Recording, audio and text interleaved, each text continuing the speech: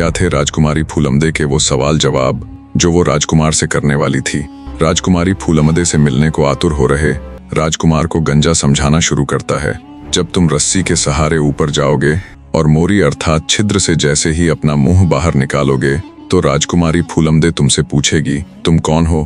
तब तुम कह देना मैं फलां फलां राजकुमार हूँ। उसके बाद वह तुमसे पूछेगी यहाँ किस लिए आए हो, तो तुम कहना राजकुमारी फूलमदे से मिलने आया हूँ। जब वह पूछे कि फूलमदे कौन है तो तुम जवाब देना जो मुझसे बात कर रही है वही राजकुमारी फूलमदे है। इस पर वह अपनी सारी दासियों को वहां से हटा देगी और तुम्हें पलंग पर बैठने के लिए आमंत्रित करेगी। वहां 9 पलंग बिछे होंगे। तुम्हें दोनों तरफ से 4-4 पलंग छोड़कर बीच वाले पलंग पर बैठना है। गंजे की बात सुन राजकुमार बोला बस यही थे क्या वो सवाल जवाब। गंजा बोला हाँ कुंवर जी। राजकुमार बोला ये तो बड़े ही आसान है, तुम व्यर्थ ही चिंता कर रहे थे। मैं यूं गया और यूं वापस आया। इतना कहकर अस्तबल में टंगी उस रस्सी के सहारे राजकुमार ऊपर चढ़ना शुरू कर देता है। जैसे ही राजकुमार ने छिद्र अर्थात मोरी से अपना मुंह बाहर निकाला तो राजकुमारी फूलमदे बिल्कुल उसकी आंखों के सामने थी। जैसा जैसा गंजे ने बताया था बिल्कुल वैसे ही राजकुमारी फूलमदे सवाल करती गई और राजकुमार उनका जवाब देता गया। उसके बाद राजकुमारी अपनी सभी दासियों को वहां से जाने का इशारा करती है और राजकुमार को पलंग पर बैठने का आमंत्रण देती है। गंजे के कहे अनुसार राजकुमार खड़ा होकर उंगली से इशारा करते हुए मन ही मन पलंगों को गिनने लग जाता है। राजकुमार को ऐसे पलंग गिनते हुए देख राजकुमारी के मन में संदेह जाग गया कि कहीं पहले से ही इसे ये सब समझा बुझाकर तो नहीं भेजा गया है।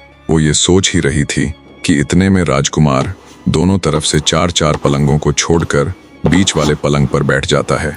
पर वो जैसे ही पलंग पर बैठता है राजकुमारी का शक यकीन में बदल जाता है, क्योंकि राजकुमार पलंग के सिरहाने को छोड़कर पीछे की तरफ बैठता है। दोस्तों पलंग का सिरहाना अर्थात जिस तरफ सिर करके सोया जाए और पांत अर्थात जिस तरफ मनुष्य के पैर हो।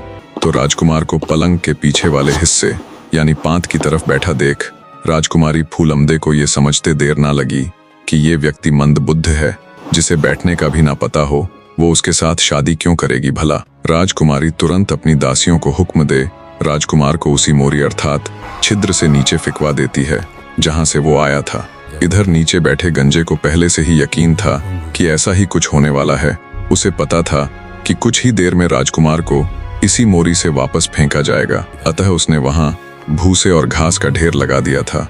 तो जब राजकुमार उस घास के ढेर में आकर गिरा तो उसे किसी प्रकार की कोई चोट नहीं लगी। गंजा बोला मैं तुमसे पहले ही कह रहा था तुम मुझे जाने दो। खैर कोई बात नहीं, जो हुआ सो हुआ, मैं कोई और तरकीब सोचता हूँ।